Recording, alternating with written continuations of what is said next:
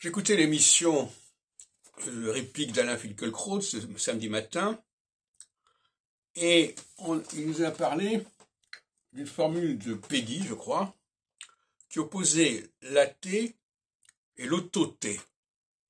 L'autothée, c'est celui qui devient lui-même son propre Dieu, en quelque sorte, son propre créateur.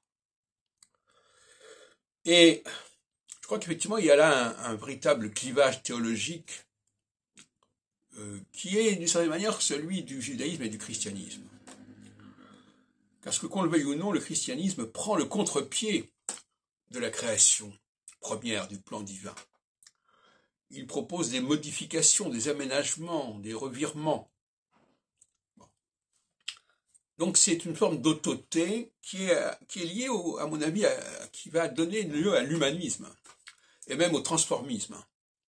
Je peux faire ce que je veux, je peux devenir ce que je veux, je n'ai pas à tenir compte des données objectives, des déterminismes premiers. Or, pour moi, le judaïsme, dans sa forme pure, qui n'est pas forcément celle dégénérée qu'il peut avoir aujourd'hui, est un judaïsme qui refuse l'autothéisme, qui considère que la loi, c'est pas celle que les hommes se donnent, c'est la loi que les dieux se donnent. Et justement, ce ne sont pas les pauvres lois des 10 commandements qui sont des lois divines.